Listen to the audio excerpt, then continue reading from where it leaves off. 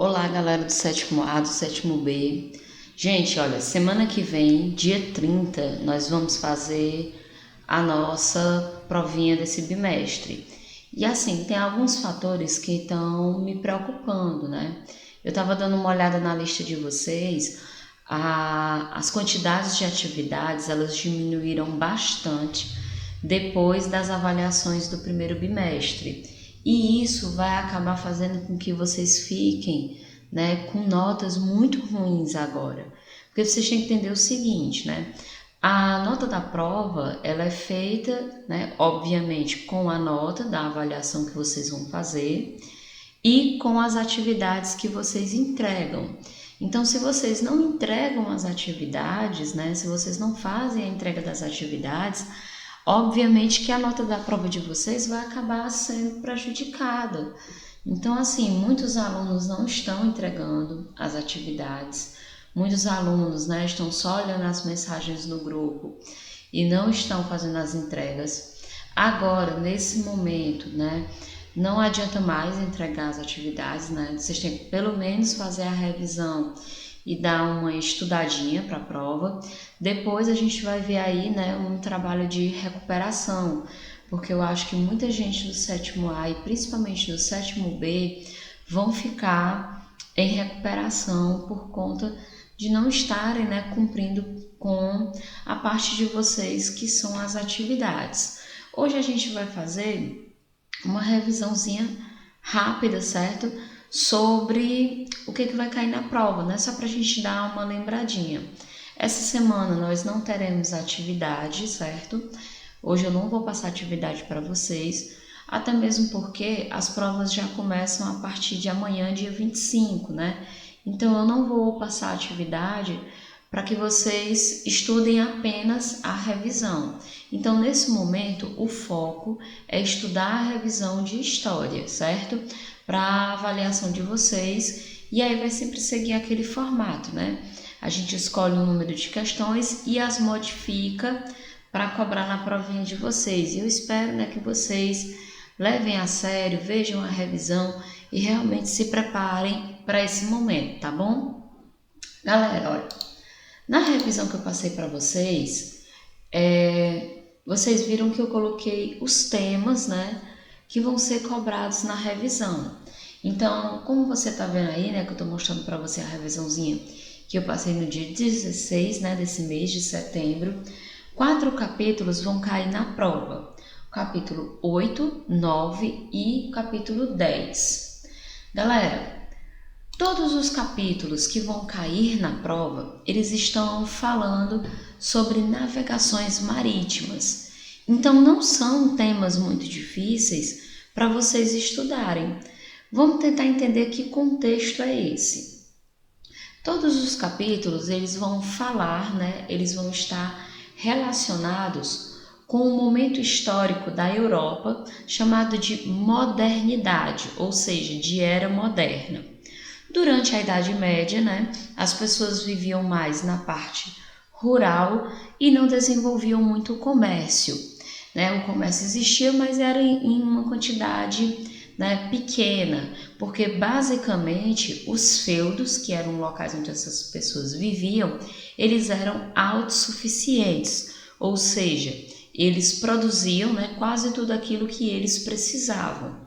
Então, o comércio, o que eu quero que você lembre, é que o comércio não era uma prática muito ativa. Essa Idade Média, ela dura, né, historicamente do século V até o século XV. A partir do século XV, o comércio vai se reativar, ou seja, vai ter uma reativação do comércio. As pessoas vão sair do campo e vão voltar para as cidades. Nessas cidades, o comércio vai ser ativo.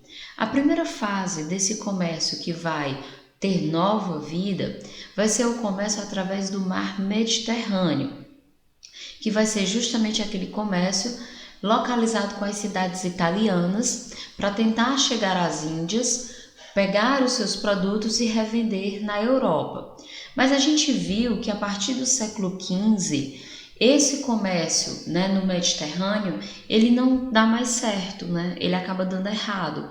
Por quê? Porque uma das principais rotas, que é a cidade de Constantinopla, ela é tomada pelos turco-otomanos. E aí, né, os europeus pensam, como vamos fazer comércio com o Oriente se a nossa principal rota de comércio está impedida? Então começa aí a ideia de fazer um comércio não mais pelo mar Mediterrâneo, mas sim pelo Oceano Atlântico. Pronto, galera, ó, vamos voltar aqui com um mapazinho para a gente poder se situar ainda melhor, certo?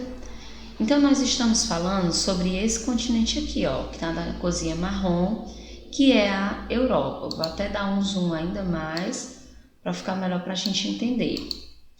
Galera, quando nós saímos da Idade Média, certo? A Idade Média é um período histórico que a gente estuda mais sobre esse continente, sobre a Europa. Era através daqui, ó, que se fazia o comércio. Então, onde eu estou passando o mouse era o mar Mediterrâneo. Então, eles vinham por aqui, ou poderiam vir por aqui também, né? E atravessar e chegar na Ásia.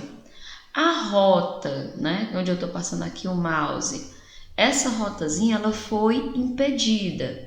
Então, o que é que acontece? Se eles não podem mais usar o mar Mediterrâneo e essa rota terrestre, eles vão começar a navegar por aqui, ó, onde eu estou passando o mouse, pelo Oceano Atlântico, chegando ao Oceano Índico. Então, nós dizemos que são as grandes navegações marítimas, porque elas serão navegações em oceanos, né? Antes eles navegavam só aqui pelo mar Mediterrâneo, agora eles vão navegar pelo Oceano Atlântico. Então o objetivo era o quê? Sair daqui da Europa, atravessar o continente africano e chegar até a Índia, aqui na Ásia. E aí você tem que entender uma coisa, essa viagem ela não vai ocorrer rápida, né? A gente sabe que a tecnologia do período, ela era uma tecnologia que eles já haviam, né, alguns recursos eles já haviam trazido até da própria Ásia, como por exemplo a bússola, né, dos chineses, mas não era uma navegação rápida, né? Os barcos eram caravelas. Então, para haver essa navegação aqui, demorava-se muito tempo. Então, foram necessários anos para se chegar, né, para se sair da Europa e para se chegar até as Índias. E aí você pode me perguntar, mas professora, mais ou menos quantos anos? Galera, a primeira viagem, né, de grandes navegações que a gente demarca é a viagem dos portugueses em Celta em 1415. Então eles só vão chegar às Índias por volta de 1498. Então houve aí, né, um lapso de tempo muito grande. E aí você pode me perguntar, e durante todo esse tempo, o que eles fizeram? Só navegaram? Não, galera, eles saíram daqui da Europa e foram fazendo, bases, foram fazendo paradas aqui dentro do continente africano. Então, ao mesmo tempo que eles tentavam chegar nas Índias, eles também, né, colonizaram e conquistaram parte da África. E também nesse processo, eles chegaram aqui à América. Então, nós podemos dizer que as grandes navegações, elas vão servir principalmente para a conquista da costa africana, certo? Essa partezinha aqui, ligada ao mar, e do continente americano, certo?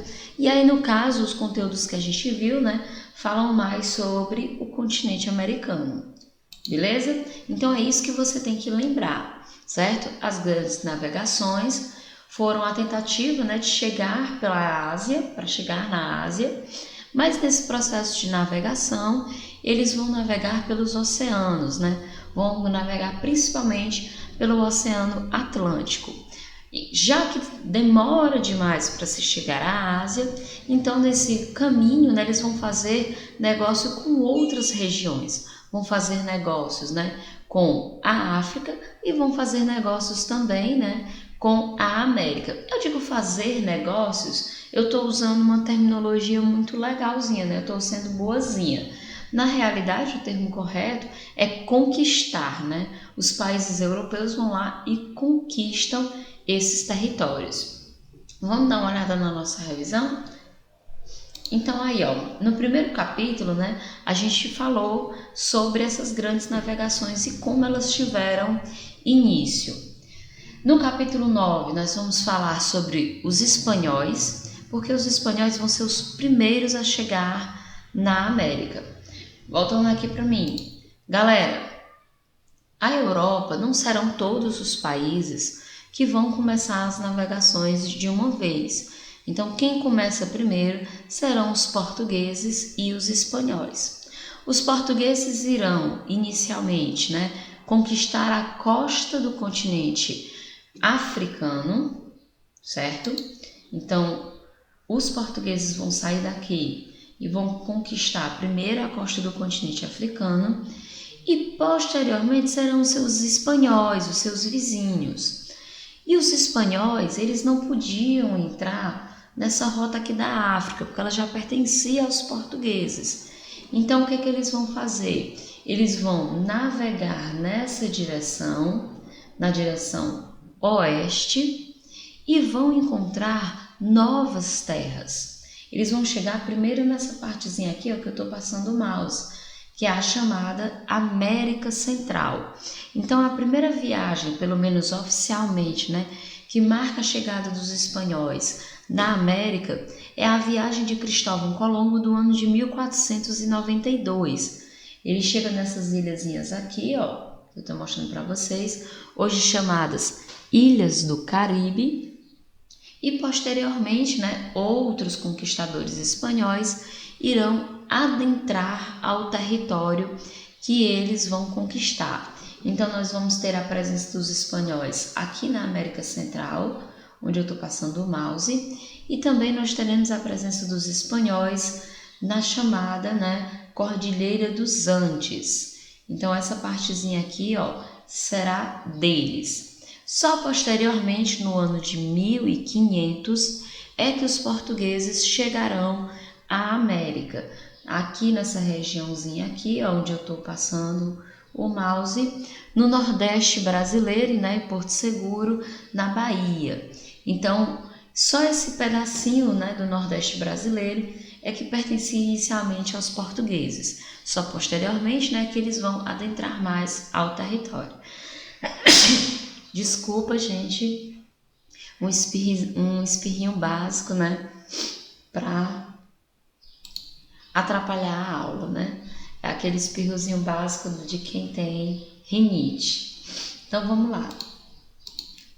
No capítulo 10, né, como eu disse a vocês, nós vamos falar sobre os portugueses na América, que é justamente naquela partezinha lá que eu mostrei a vocês, aquele pedacinho do Nordeste brasileiro que será conquistado pelos portugueses e posteriormente, né, os portugueses tomarão, né, todo o território como hoje nós conhecemos como Brasil. E no capítulo 11, a gente falou sobre a colonização dos ingleses. Então, assim, voltando para o mapa, aqui eu tenho, né, espanhóis dominando, né, essa parte aqui da América, começando lá com o México, essas ilhas e a América Central e esses países, né, que fazem parte principalmente da Cordilheira dos Andes. A parte que os ingleses, gente, os ingleses, eles só vão começar o seu processo de conquista um tanto quanto mais atrasados, né? Os portugueses e os espanhóis começaram por volta do século XV. Já os ingleses só vão começar depois do século XVI. E a região que eles vão colonizar será essa região aqui, ó, América do Norte, onde hoje nós temos os Estados Unidos da América. Então, eles vão começar nessa pontinha aqui, ó, que eu tô passando o mouse, chamadas as 13 colônias, e posteriormente, né, eles vão entrar no território, vão tomar todo esse território, e aí vai nascer os Estados Unidos como nós os conhecemos. Tendo dito isso, vamos aí para algumas, né, vamos dar algumas pinceladazinhas na revisão de vocês. Na primeira questão, ele quer saber, né, quais foram os pontos importantes para que Portugal e Espanha, né, fossem os primeiros a navegar, como eu disse a vocês, já no século XV. E aí, galera, né, a gente pode dizer que os fatores que influenciaram, né, foi a posição geográfica dos países. Por que a posição geográfica, professora? Porque você está vendo que Portugal e Espanha, ó, eles estão na pontinha, né, já de cara para o Oceano Atlântico.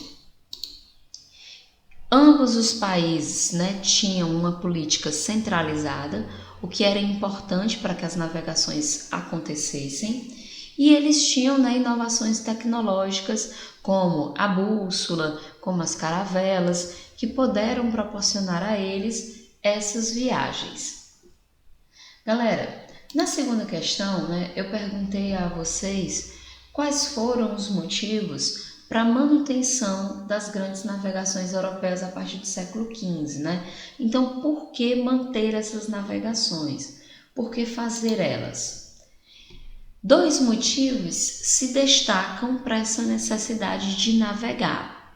Primeiro, eles precisavam de metais preciosos. Então, os metais preciosos da Europa estavam acabando. Então, eles achavam que nessas novas regiões eles iriam encontrar metais preciosos e realmente eles encontraram, né? Na costa africana, eles conseguiram fazer comércio com principalmente a região de Gana, né, que tinha muito ouro, e na América eles conseguiram fazer comércio principalmente na América Central, né, e na América Andina, da Cordilheira dos Andes, que era muito rica não apenas em ouro, mas principalmente em prata. E outro motivo também é que as cidades estavam lotadas de pessoas, né? Existia uma produção industrial imensa, então era necessário, né, ter novos espaços, mas também ter novos mercados consumidores. Então isso fez com que houvesse a necessidade dessas navegações. Galera, na terceira questão eu perguntei para vocês como é o nome desse sistema econômico, né, das grandes navegações marítimas. E o nome desse sistema econômico, você vai lembrar que é mercantilismo. Então, não pode esquecer disso daí, beleza? Beleza? Sempre lembre, mercantilismo. Até agora a gente está, né, devagarzinho, lembrando de tudo que a gente precisa memorar, né, lembrar nesse momento. Não só no sentido, não trabalhe com o sentido, né, do decoreba clássico, né? A gente precisa compreender, né? A compreensão é o fato principal, o fator primordial para isso, tá bom? Vamos lá. Agora a gente vai para a quarta questão, né? Ele quer saber, né, qual é o momento que marca o início das grandes navegações marítimas. E eu que meio que já respondi, né? A viagem dos portugueses, né, em 1415, quando tomam a cidade costeira de Ceuta. Na quinta questão, né, ele pergunta quais os continentes foram mais explorados por conta das grandes navegações marítimas. E como a gente sabe, né, foram os continentes africano e americano. Então, mais uma vez, olhando aqui para o mapinha, né, África e América. Na sexta questão, ele quer saber o que é o Tratado de Tordesilhas. Galera, vai chegar um momento em que Portugal e Espanha vão começar a brigar por as terras conquistadas e a serem conquistadas. Então, diante dessa briga, né, foi necessário a intervenção da Igreja Católica.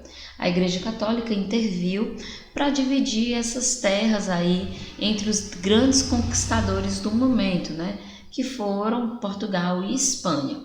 Então, o Tratado de Tordesilhas é um tratado que divide, né, as terras conquistadas e a serem conquistadas por Portugal e Espanha.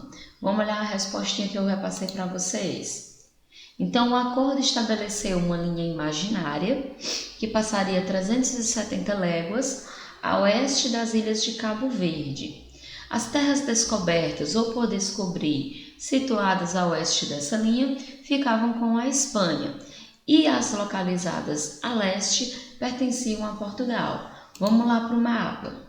Galera, essa linha imaginária, ela passava mais ou menos, nesse caminho que o mouse está fazendo, tá vendo? Pronto.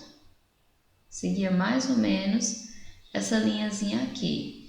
Deixa eu ver se eu consigo colocar para vocês. Ah, tá aqui. Vou poder desenhar um pouquinho. Vamos ver aqui se dá certo. Pronto, ó. A linha seguia mais ou menos isso daqui. Desculpa a minha linha ter ficado meio tortinha, mas é porque eu não sou muito, né, não sou uma desenhista muito nata.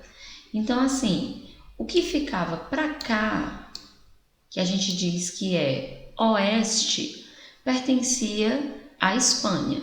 Então, tudo isso daqui, pertencia aos espanhóis. E eles vão, certo, se concentrar nessas áreas aqui para colonizar e conquistar. Tudo que ficava a leste pertencia aos portugueses. Deixa eu achar aqui uma borrachinha que ficou muito feio isso daqui, né?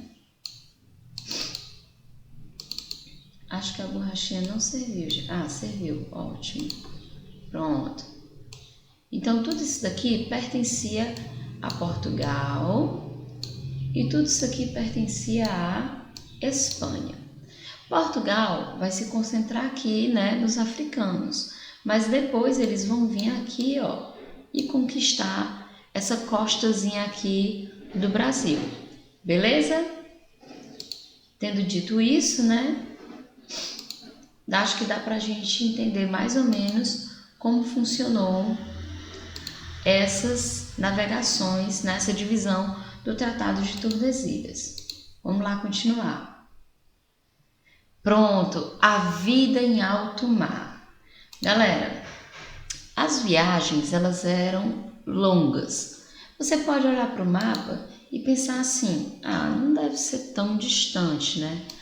As viagens elas duravam em média 2 meses, 3 meses, 4 meses. Então, a vida não era muito fácil dentro, né, dos navios. Para você ter um exemplo, né, a comida fresca, ela estragava muito rápido, né, dentro dos navios. Outro ponto importante que a gente precisa destacar, né, a alimentação não era uma alimentação equilibrada, então eles não consumiam muitas frutas, muitas verduras, isso acabava causando muitas doenças, não existia uma higiene muito adequada, não existiam sanitários, banheiros, então as pessoas, né, faziam na proa, na borda dos navios, então era uma condição de vida bastante complicada.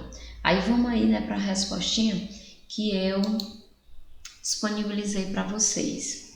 A alimentação era composta basicamente de biscoitos, carne salgada, peixe seco, lentilhas, arroz, mel e vinho. Os alimentos frescos estragavam com facilidade, existiam muitas mortes por fome ou doenças eram comuns nas embarcações, então era muito difícil a vida. E a água potável, né, a água que você pode beber, era uma quantidade muito pequena, então basicamente, né, o líquido que eles mais consumiam eram bebidas alcoólicas, né, principalmente o vinho, isso quando o vinho não acabava estragando. Vamos lá para a oitava? Galera, a gente precisa lembrar, né, que essa partezinha aqui, né, que eu mostrei a vocês, que pertenciam aos espanhóis, né, aquela parte que eu demarquei aqui, você pode até voltar no vídeo e olhar, ela tinha 2 grandes impérios, que eram os astecas e os incas. Também existia o Império dos Maias, mas era um império já decadente, né, um império que só encontraram-se ruínas desse império, tá bom? Então, os impérios principais eram o Império Asteca e o Império Inca. Aí na pergunta diz o seguinte: quem foi o responsável pela queda do Império Asteca que existia, né, na América no século XVI? E aí você vai responder, né, que o responsável foi o conquistador Hernán Cortés. Então é só você lembrar que o Hernán Cortés foi quem conseguiu. Aí você pode perguntar, mas como ele conseguiu, professora?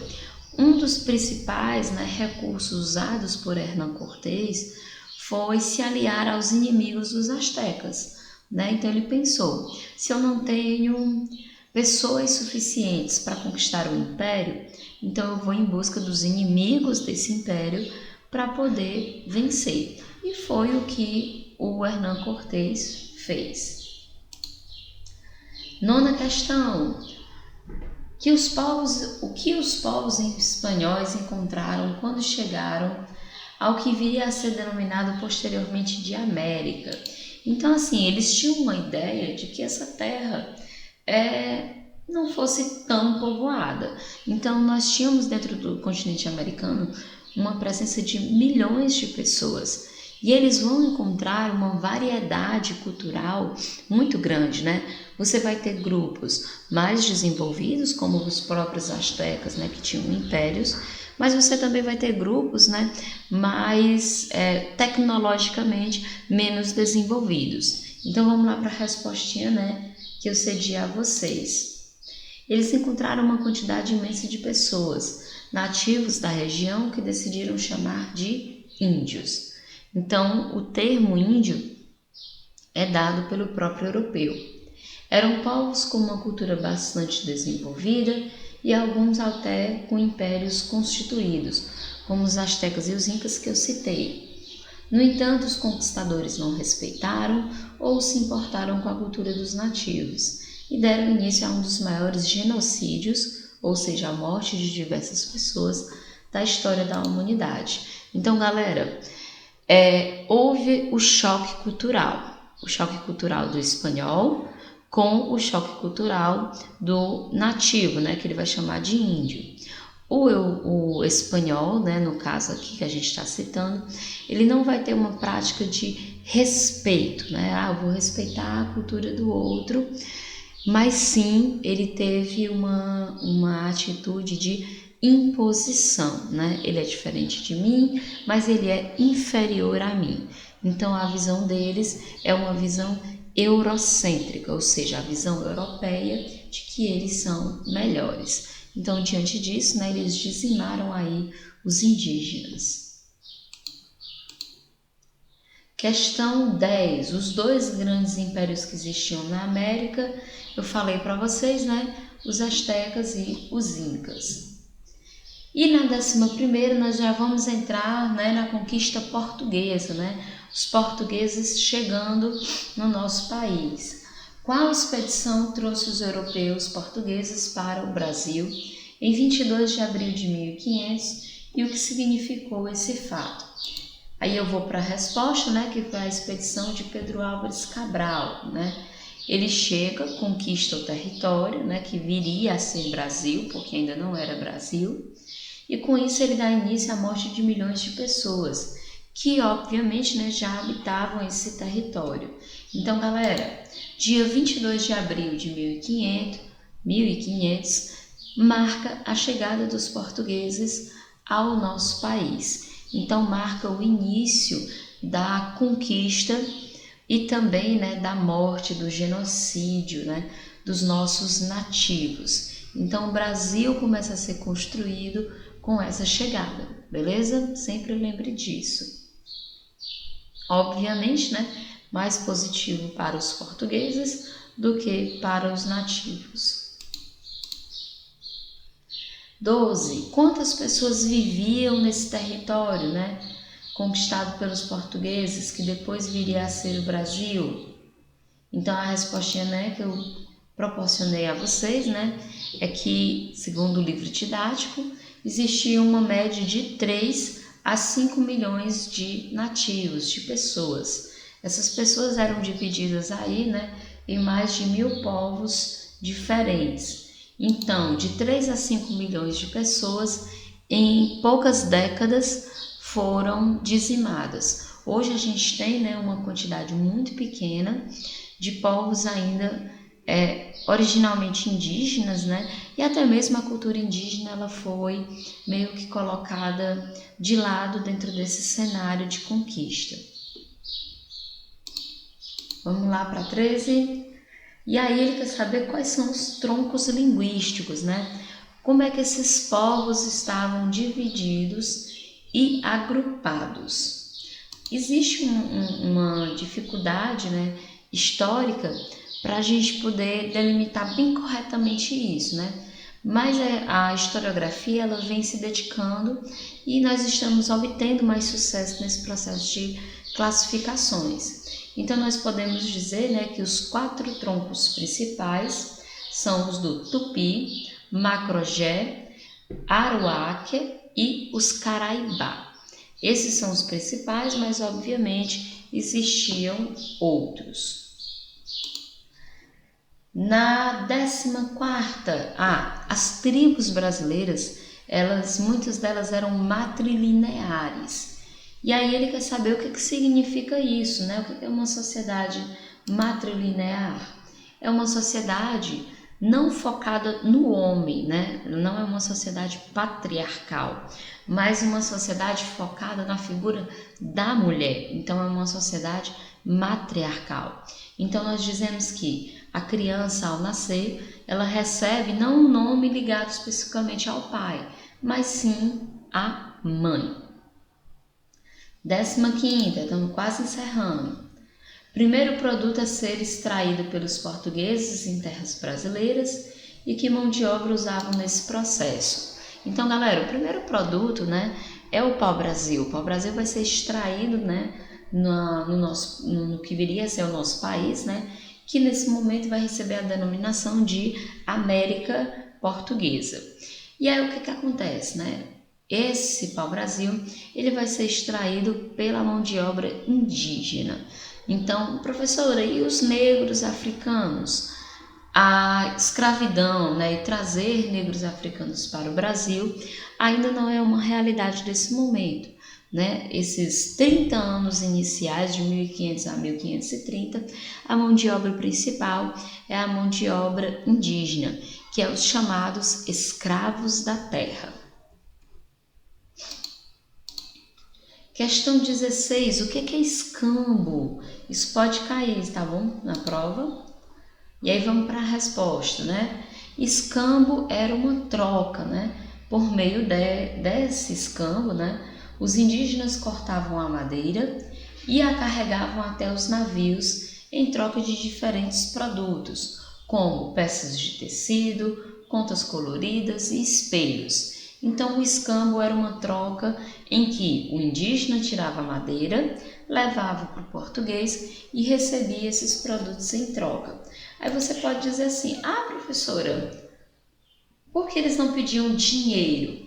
Galera, o dinheiro, ele não era uma realidade para os indígenas, certo? O dinheiro não existia. Então, eles trabalhavam numa agricultura de subsistência, né? Eles trabalhavam para sobreviver. Então, para eles ganhar um espelho, né, era algo super interessante, porque eles nunca tinham visto nada assim. Então, para os indígenas, era uma troca benéfica, beleza? 17. Cite uma importante resistência dos indígenas à presença e exploração dos portugueses. Nós não podemos esquecer que os indígenas resistiram muito, certo? Quando eles começam a perceber que o português está ali para explorar, que o português está ali só para tirar dele, então ele vai, obviamente, promover aí, né, uma resistência. E essa resistência ela vai ocorrer de várias formas, né? Lutas, fugas, guerras. Então, nós não podemos entender os nossos índios como passivos, certo? Eles não serão passivos nesse processo. E aí a respostinha, né, que eu citei para vocês foi a resistência dos Tupinambás, né, que eram alguns desses povos que viviam na região, se eu não me engano, na região sul do Brasil. Então, os Tupinambás organizaram várias tentativas contra a dominação e a escravidão imposta pelos europeus portugueses. A mais famosa dela foi a Confederação dos Tamoios. Então, a Confederação dos Tamoios, né, foi uma organização indígena para tentar sobreviver, né, à resistência, para lutar contra os portugueses. Vamos finalizar? Questão 18, só falta 3. A partir de... pronto. Saímos, né? Vimos as questões de América Espanhola, vimos as questões de América Portuguesa e agora vamos encerrar com as 3 últimas questões de América Inglesa. Vamos lá? A partir de quando os ingleses deram início às suas navegações marítimas e conquistas na América?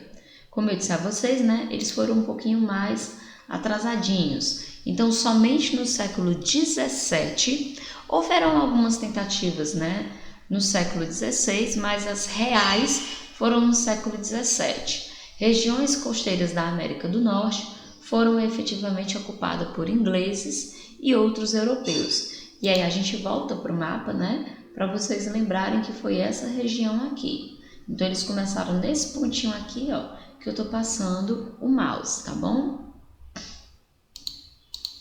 Vamos lá para a 19ª. Quais os 2 modelos de colônias que predominaram nas terras conquistadas pelos ingleses? Galera, América Espanhola e América Portuguesa serão colônias de conquista, colônias de exploração. Então, você não pode esquecer, tá bom? América Espanhola e América Portuguesa serão de conquista, porque o único objetivo deles é chegar, conquistar e explorar. Já os ingleses, eles tiveram 2 modelos de colonização.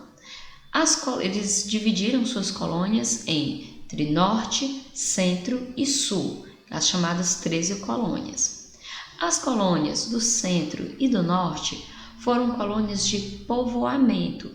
Então, a galera que foi para lá era uma galera que vinha de uma Inglaterra perseguida, né, por questões religiosas, e eram pessoas que queriam recomeçar a sua vida. Então, eles não estavam ali para explorar necessariamente, eles estavam ali para tentar recomeçar. Então, por isso a gente diz que elas são colônias de povoamento. Tanto que essas colônias do Centro e do Norte, elas tinham até uma certa independência para fazer comércio com outras regiões, né? A Inglaterra permitia que eles tivessem essas independências, coisa que os espanhóis e os portugueses não permitiram com as suas colônias, né? Portugal e Espanha não aceitavam que eles colonizassem. Quem era da Espanha só podia colonizar com a Espanha. Quem era de Portugal só podia colonizar com Portugal. Já as colônias do centro-norte dos ingleses tinham uma liberdade, né, de comercialização. As colônias do sul dos ingleses, elas foram colônias de conquista, como eram as das Espanha, as das espanholas e as das portuguesas. Então, vou organizar o pensamento, tá bom? 13 colônias inglesas. As colônias de centro e norte, povoamento. As colônias de sul, conquista. E aí sim, essas colônias vão servir apenas para explorar e conquistar e vão usar uma grande mão de obra escrava africana. Beleza? Deixa eu ver a respostinha que eu dei para vocês, né? Eu coloquei apenas colônias de povoamento e exploração, mas aqui eu já expliquei melhor no videozinho, tá bom? E a última questão, né? Eu até já respondi ela no vídeo, né? As 13 colônias fundadas pelos ingleses se tornaram qual país da atualidade? E aí eu já respondi no vídeo, né? Os Estados Unidos da América, que viria a ser, né? Todo esse territóriozinho aqui posteriormente. Beleza, galera? Gente, olha, essa foi a nossa revisão comentada, né? É interessante que vocês vejam esse vídeo para ajudá-los, né, no processo de revisão. até mesmo porque pode ter ficado alguma dúvida. Essa semana, né, a gente, como mais uma vez eu já falei, eu não vou passar a atividade, eu vou passar, né, apenas esse vídeo para que vocês assistam, né, com a revisãozinha na mão, já copiada, já respondida, para que assim vocês se preparem para as avaliações. Um beijo, se cuidem, se protejam, tá bom? E até a nossa avaliação dia 30, próxima quarta-feira. Até mais, galera. Tchau!